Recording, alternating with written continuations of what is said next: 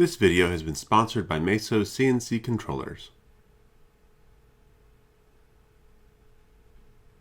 So today we're looking at a 1969 Heavy Chevy that my wife brought home from a coworker.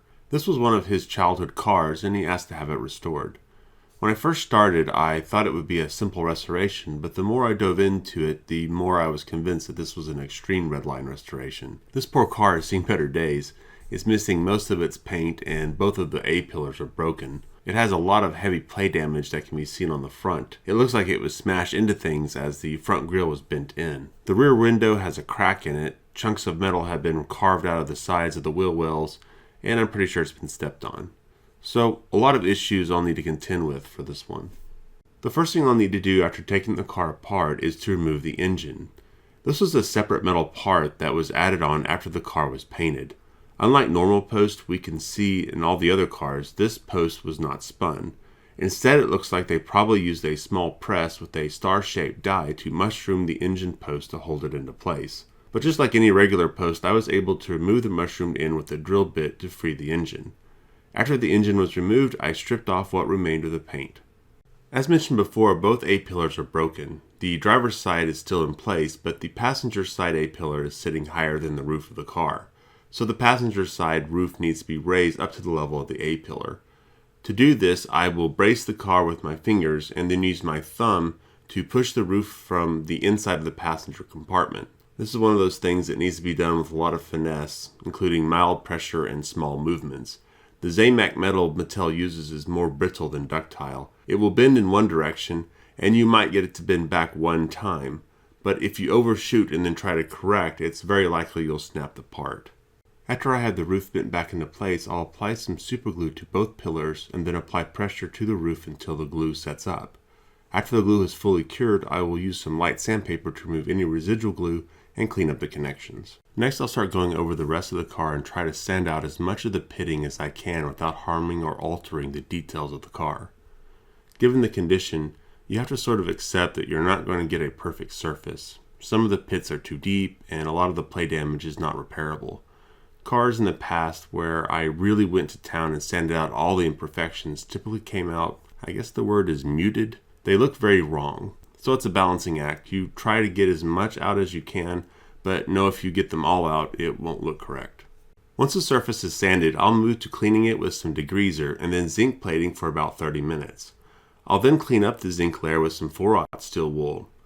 I then repeat this process 2 more times. Here I'm using the zinc plating as a way to fill in any remaining small pits and also to cover up any metal discoloration given how much sanding was done on this car. If I was to go straight from sanding to painting, any remaining zinc and the raw Zamac would take on a different shade once the paint was applied, giving a very blotchy look to the metal below the paint. By applying a nice zinc layer, I can avoid this issue. Since I'm restoring the car for its original owner, I felt it was best to paint it with its original color, green. I think it's been mentioned in the past, but some Spectraflame paints are easier to use than others. Green is a color I find more difficult to use than, say, red or blue. While most colors can be applied in as few as 3 coats, green always seems to take 5 or 6 coats to get to the deep green that you'd want. It's by no means a big deal, but it is something to keep in mind if you happen to be painting in Spectraflame. So while I wait for the paint to dry, I'll start working on the base. The first thing to do is remove the old wheels with some end cutters.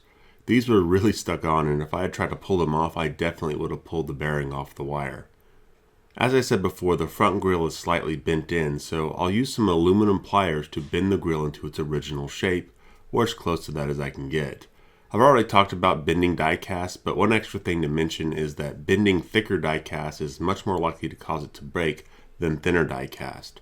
So the likelihood of breaking the metal on this grille is pretty high, but luckily I was able to pull it off without destroying it. I went ahead and electro-polished the base and the engine to remove all the old oxidation.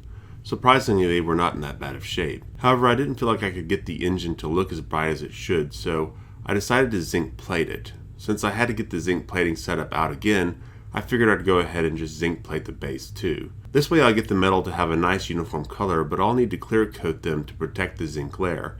If I omit this step, the zinc will begin to oxidize in the future. Before I clear coat the base, I'll go ahead and put on all the details. For the grille, I'll mask it off and then use an airbrush and some black primer. And for the taillights, I'll use my red Sharpie. Once these dry, I'll apply the Testors Matte Clear Coat to protect them and the zinc layer below.